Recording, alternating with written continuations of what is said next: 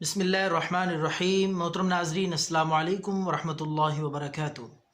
ناظرین، آج ہم اس نئی ویڈیو میں آپ کے لیے ایک نیا نسخہ خارش کے لیے، الرجی، داد، کھاج کھجلی کے لیے، فنگس کے لیے بہت سادہ سا اور 100% گارنٹیڈ اللہ کے فضل سے ایسا قیمتی نسخہ آپ نے نہ دیکھا ہوگا اور نہ ہی استعمال کیا ہوگا۔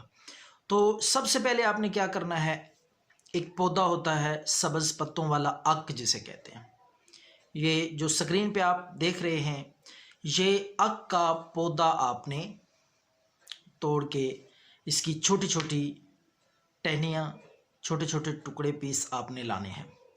تو یہ اک کا پودا لا کر آپ نے اس میں سے چند قطرے دودھ نکال لینا ہے۔ چند قطرے کسی برتن میں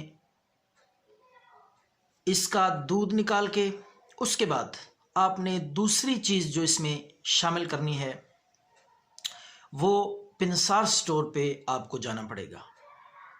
تو پنسار سٹور سے آپ نے آئل ایک لانا ہے، تیل، وہ بھی نیم کا تیل، وہ تیار شدہ آپ کو پنسار سٹور سے مل جائے گا، اچھی قسم کا، ایکسپائر نہ ہو، ڈیٹ دیکھ لیں اور اس کی خوشبو بھی چیک کر لیں تاکہ زیادہ پرانا نہ ہو۔ تو یہ دو چیزیں آپ نے لا کے، اب ہم اس کو تیار کرنے کا اور استعمال کرنے کا آپ کو طریقہ بتاتے ہیں۔ تو ناظرین، آپ نے سب سے پہلے وہ اک، اس کا دودھ نکالا چند قطرے، تو اسی برتن میں آپ نے آئل، 1 چمچ آئل، نیم کا آئل آپ نے 1 چمچ اس میں ملا کے اچھی طرح مکس کرنا ہے۔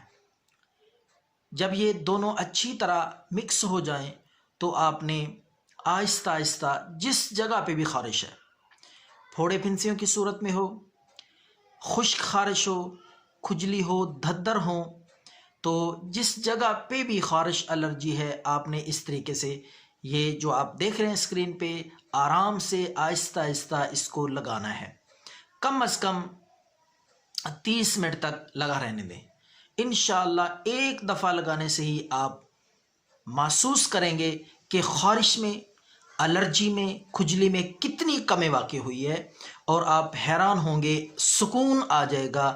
خاص طور پہ رات کو خارش کر کر کے لوگ تھک جاتے ہیں، سکون کی نیند آپ سوئیں گے۔ ایک دفعہ کریں، رات کو آدھا گھنٹہ لگانے کے بعد پھر اس کو دھو لیں، پھر اگلے دن اسی طرح آپ نے کم از کم 3 دن کریں، انشاءاللہ خارش جان چھوڑ جائے گی۔ پرانی سے پرانی خارش بھی اس عجیب و غریب نسخے سے انشاءاللہ مکمل طور پہ ختم ہو جائے گی۔